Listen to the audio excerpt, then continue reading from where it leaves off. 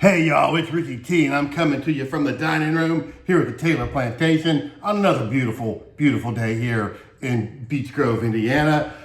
Today I'm continuing my beer journey reviews, and today this particular review is probably going to be short. Just letting you know, it's probably going to be short. It ain't going to take me long to figure this one out right here. All right, let me just show you what we got. This is called Two Hearted IPA. It's an American IPA. Comes in a can with an ugly fish on it. American IPA. This one's 70 IBUs, y'all. You heard me, 70 IBUs. I'd be bitching about 20 IBUs. This should not take long. I'm pretty sure, I'm gonna be open-minded, but I'm pretty sure I know where this one's gonna go. So let's pour the mofo. Let's pour this mofo. My son likes bitter stuff. My youngest son, he drinks this nasty ass stuff called Finette, something like that. It's from Argentina. It's actually from Italy, but in Argentina they drink it a lot. It is so bitter. It tastes like somebody put some potpourri in a bottle, and it tastes like drinking perfume.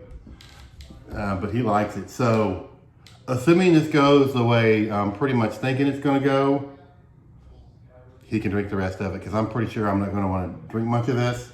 But I've been wrong before, like maybe 2 or 3 times, something like that. I have been wrong before.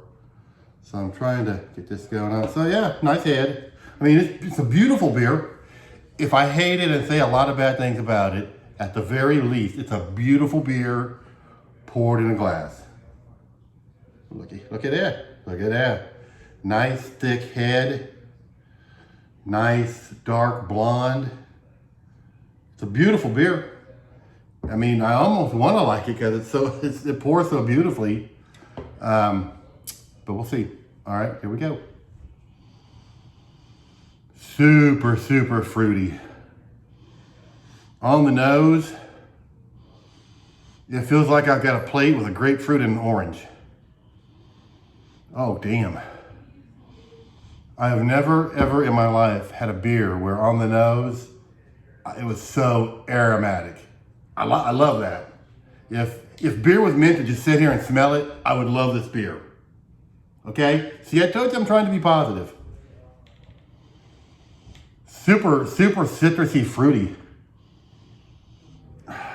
And that's it. I mean, it's beautiful. But it's very, very hoppy, and that fruity. I'm guessing, I bet this is I don't know what kind of hop it is. I didn't look much up on this one. I bet it's a Cascade hops, because it's known to have a grapefruity note. So, all right. I've smelled this thing as much as I can. Let's take a sip or two and see what we got.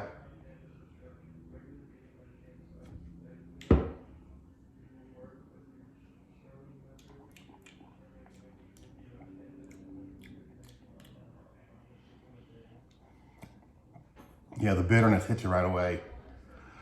The bitterness hits you right away. When you first put it up to your mouth and you start taking a drink, you can get that citrus note right at the very tippy beginning of your palate. But my theory, just off the top of my head, is that's because the glass is up in your nose and you're smelling it and you're perceiving that as a flavor note, but you're really just smelling it. But I will tell you this. Interestingly enough, as I was talking there for a few seconds and I was getting this lingering aftertaste, it is a citrusy aftertaste as well. So it's almost like an orange rind. It's not the flesh of the fruit, it's the rind. That's what I'm getting.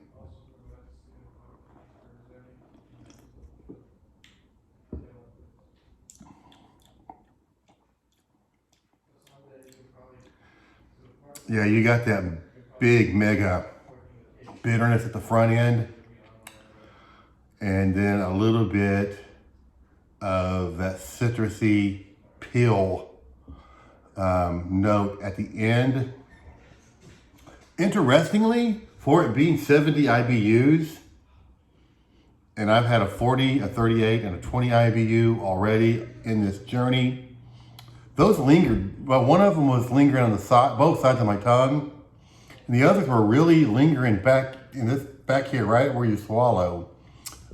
For something as hoppy as this, I'm not getting the linger. Like the hops are big time right at the beginning.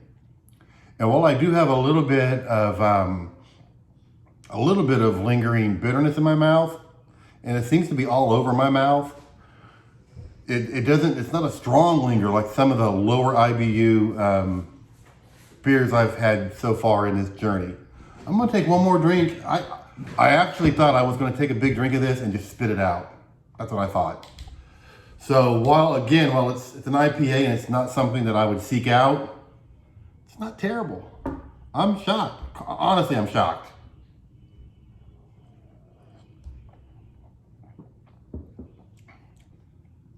I was dreading doing this, and I had another beer in the fridge. There's 2 beers this week. Actually, they were from last week. I'm a little behind. And I said, I'm going to do this Two Hearted IPA first, just to be done with it. But I'm not going to say I love it. I'm not even going to say I necessarily like it. But it's not bad. It's not terrible. So yeah, if you like IPAs, you'll probably love this. If you are kind of so-so on IPAs, you'll probably like it.